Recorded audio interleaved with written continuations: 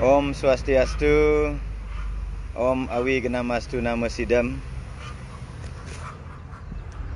Umat Dharma yang berbahagia, berjumpa kembali dengan Titiang Iwayan Sudarma dalam program Mutiara Dharma.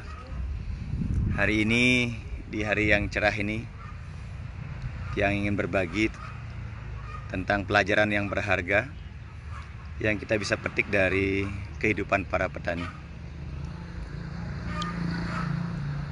Mas Dharma yang berbahagia tentu sudah tahu bahwa setiap petani pasti menginginkan hasil yang terbaik dari pertaniannya. Maka apa yang dilakukannya adalah memilih bibit yang terbaik, kemudian memilih pupuk yang terbaik, kemudian dia akan semai di ladang yang juga subur. Nah, setelah menanam, yang tak lupa dia lakukan adalah menyiangi tanaman itu agar gulma atau rumput-rumput liar itu tidak bisa tumbuh, yang nantinya bisa mengacaukan tanaman yang dia tanam. Jadi para petani setiap saat dia akan memperhatikan tanamannya dengan baik. Dia tanam dengan penuh kasih sayang, dengan penuh cinta. Dan tak lupa tentunya ketika ingin menanam, para petani yang beragama Hindu, khususnya yang ada di Bali, pasti akan membuat upacara ngawitin. Jadi memohon izin kepada Ide Bathara Sri Ryangon agar tanamannya bisa tumbuh dengan baik. Setelah tanaman itu tumbuh, dirawat dengan baik, tak lupa para petani ini menyiangi atau mencabut rumput-rumput liar yang ada di sekitar tanaman yang dia tanam. Entah dia menanam bibit kelapa, menanam padi di sawah, tentu berharap para petani ini mendapatkan hasil yang terbaik. Demikian pula tanaman-tanaman yang lain. Karena semakin banyak gulma atau tanaman liar yang ada di sekitarnya, tentu akan mengganggu proses perkembangan daripada tanaman pokok yang ditanam oleh para petani itu. Umat Dharma yang berbahagia, demikian juga kehidupan kita di dunia ini. Kita juga mengharapkan suatu kehidupan yang lebih baik dari kehidupan kita yang sebelumnya. Kemudian dalam perjalanan karma, kita menanam kebaikan, menanam kebajikan, menanam hal-hal yang positif untuk hidup kita, dengan harapan kita bisa memperbaiki kualitas kehidupan kita. Namun di tengah perjalanan kita melakoni kehidupan ini, tidak jarang, bahkan tidak sedikit, gulma atau hal-hal yang sifatnya tidak baik itu muncul dalam diri kita. Bisa saja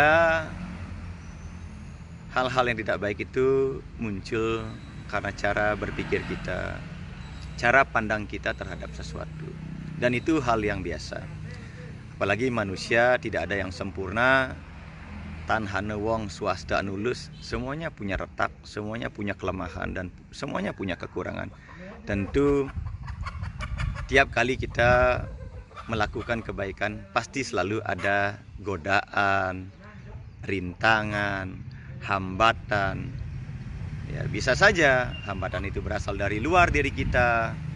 Yang terbesar justru pasti berasal dari dalam diri kita. Nah, sebagai umat manusia yang oleh Ide Sang Yang Widi Wasa diberikan akal sehat, diberikan hati nurani, diberikan wiweke atau daya nalar, tentu kita dituntut untuk dapat memilah, kemudian memilih mana yang baik dan mana yang buruk. Dan tentunya kita pasti berharap kita menanam karma-karma kebajikan, sehingga dengan demikian kesempatan dari hal-hal yang tidak baik itu tumbuh itu semakin mengecil. Jadi kalau petani tadi adalah dengan cara mencabut gulma-gulma atau rumput-rumput liar yang ada di sekitar tanaman pokoknya, pada diri kita sebagai manusia adalah dengan cara memperbanyak karma-karma kebajikan. Semakin banyak karma-karma kebajikan yang kita produksi dalam melalui pikiran, perkataan, dan perbuatan, maka semakin kecillah space atau ruang bagi tumbuhnya hal-hal yang tidak baik dalam diri kita. Ini sudah menjadi rahasia umum bagaimana sistem kerja kehidupan kita. Ibaratkan kita memberikan makanan, ruang yang mana yang kita sering berikan makanan, maka itulah yang kemudian akan tumbuh dalam diri kita. Kalau kita memberikan peluang hal-hal yang tidak baik tumbuh dalam diri kita, maka hal yang tidak baiklah yang akan tumbuh. Nah, tentunya panen yang kita dapatkan bukan hasil yang membahagiakan, bukan hasil yang menggembirakan, tapi justru adalah hasil yang membuat kita menjadi semakin menderita. Para petani tahu persis bagaimana caranya menghasilkan hasil panen yang terbaik dari tanamannya. Demikian juga kita tentunya sudah memiliki tujuan yang termulia dalam hidup kita. Di dalam Brahmana Samhita, di sana sudah sangat tegas dijelaskan dengan sloka yang sangat pendek sekali, yaitu Dharma, Artha, Kama, Moksa, Sariram, Sadanam. Jadi tubuh kita ini sesungguhnya adalah alat, perahu, medan bagi kita untuk melaksanakan dharma, melaksanakan kebenaran.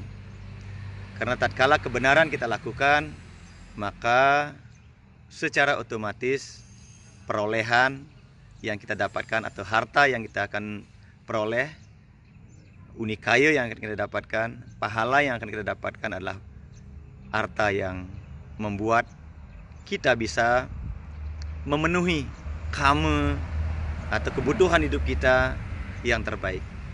Ketika harta dan kama yang sudah kita dapat penuhi melalui jalan dharma, maka akhirnya akan menghasilkan yang disebut dengan moksa, kebahagiaan. Jadi wejangan Brahmana Samhita ini sangat sederhana sekali, tetapi sangat bermanfaat dalam kehidupan kita melakoni kehidupan ini. Seperti halnya para petani yang setiap saat memperhatikan tanaman itu, apakah tumbuhnya seperti apa. Tumbuhan gulma itu kemudian mengganggu, dia akan singkirkan. Demikian juga tugas kita dalam kehidupan ini adalah bagaimana kita mampu menyingkirkan hal-hal yang tidak baik yang ada dalam diri kita dengan senantiasa memproduksi karma-karma kebajikan. Persoalan hasil akhir. Jadi kalau kita bawa pada teori produksi, ketika inputnya bagus, kita proses dengan bagus, tentu outputnya kemungkinan besar akan bagus. Dan ketika outputnya bagus, tentu akan memiliki outcome yang juga mengembirakan. Ketika outcome-nya mengembirakan, maka benefit atau manfaat tidak saja hanya akan kita rasakan secara pribadi, tetapi juga akan bermanfaat bagi orang lain yang ada di sekitar kita. Bhagavad Gita juga mengajarkan kita untuk selalu berbuat, dan berbuat. Persoalan hasil kita serahkan semuanya kepada Ida Sang Yang Diwasa. Yang patut kita pastikan adalah bahwa apa yang kita lakukan hari ini dan pada hari-hari selanjutnya adalah karya-karya terbaik, karya-karya terindah, dan karya-karya kebajikan dalam hidup kita. Mengutip sloka yang sangat indah ini, semoga kita semuanya mendapatkan pencerahan dari sloka indah ini. Karmani vadi karaste mapale sukadacana makarma pala heturbur mate sanggus tua karmani, yang artinya demikian. Tugasmu hanya bekerja dan bukan pada hasilnya. Engkau bukan penyebab kerja dan juga bukan tidak bekerja. Mas Dharma yang berbahagia, mari kita luangkan waktu seluas-luasnya untuk selalu bekerja, dan bekerja yang terbaik. Dengan demikian, kita sudah ikut memutar roda kehidupan ini. Karena tanpa bekerja, kita sesungguhnya tidak layak untuk menikmati kehidupan ini. Hanya mereka yang mau bekerja keras, mendedikasikan hidupnya di jalan Dharma, dia kemudian akan layak untuk memperoleh suka tanpa wali duka. Seperti halnya para petani yang akan sukacita ketika dia memanen hasil tanamannya yang telah dia rawat dengan sebaik-baiknya. Demikian mutiara singkat pada sore hari ini. Semoga bermanfaat bagi kita semuanya. Titiang sinep dengan puja Parama Santi. Om Santi Santi Santi Om.